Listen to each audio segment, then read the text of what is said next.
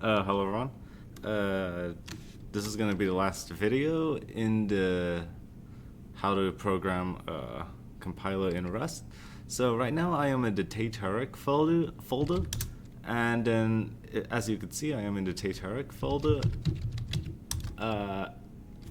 And so now I'm going to go to the phase 4.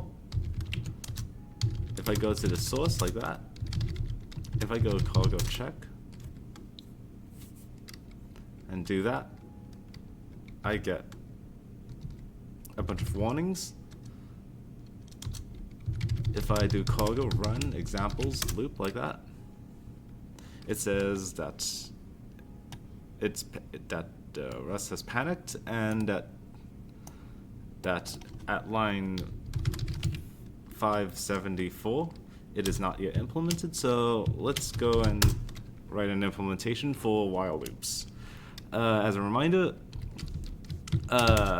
in high-level programming languages, what we do is that as a reminder, in assembly language, there's no such thing as a while loop, and there's no such thing as do while loops or if statements. What you need to do is that you need to take the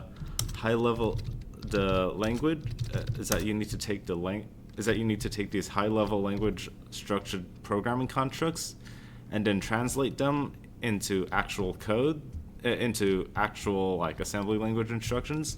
So IRS syntax and semantics, there are 4 relevant instructions for doing branching and jumping. They are labels, then you jump to the label unconditionally. There's branch if the var is, jump to the label if the var is 1, do nothing if the label is 0. Yeah, these 4 instructions. Use these 4 instructions to do your branching and jumping. So by creating the following code, you can create an infinite loop. So I guess the first thing I'm going to do for a while loop is I'm going to just generate some code. So let code equals let's see, string from label, I don't know, begin loop 1, like that.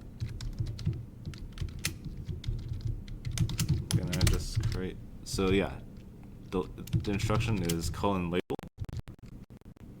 At the very end, what we want to do is concatenate the jump begin. We want to jump to the beginning of the loop at the very end. In the middle, what we want to do is we want to concatenate the while loop bodies, the body of the while loop together. So at the beginning we have the beginning of the loop. At the end we have the end of the loop that goes all the way back to the beginning. And then we want to be able to say code node equals some code at the very end.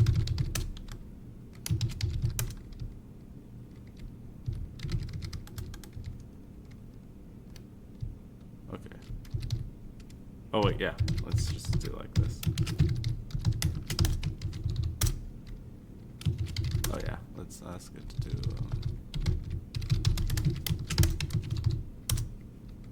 Yep. And if we just do this, something like this, yep, we get an infinite loop.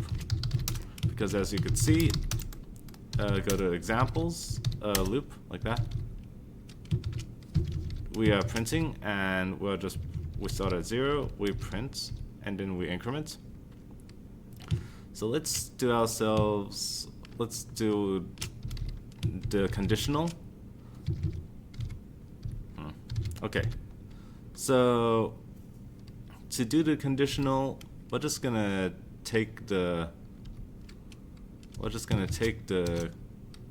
code, and then plus equal, we're just gonna concatenate the expression, the Boolean expression code.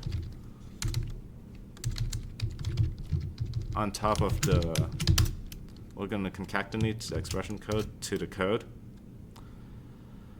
Then what we're gonna do next, we're gonna do a branch if, we're gonna branch if not. Oh wait, what should we do? Oh yeah, we should branch if not. So if it is 0, if the condition is false, then we want to break out of the loop. Format, branch if not. We want to go to the end of the loop 1, like that. Expression.name.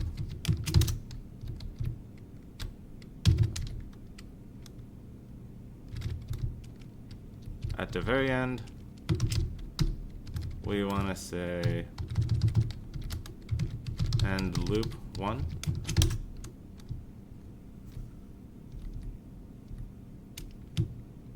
And that should be all for that. And if I did this correctly, it should, yep.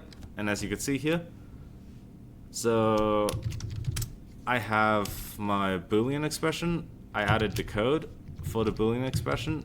I have, if the condition is not true, then we break and go all the way to the end of the loop.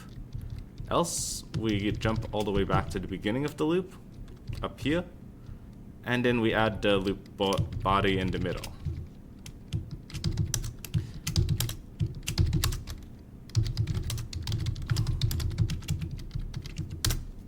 And yep, if I run the example, which is loop from 1 to 10, we have a while loop. We start at 0, we increment, and then we have the while loop. And then we are able to generate the statements 0, 1 through 2, 3, 4, 5, 6, 7, 8, 9, 10, 9. And then when we hit 10, we stop. The rest of the examples, like if statements, nested loops, and break, they are all around a similar concept. Yeah. I think that'll do it for now. I guess I'll let you guys try and figure out how to do if and break on your own.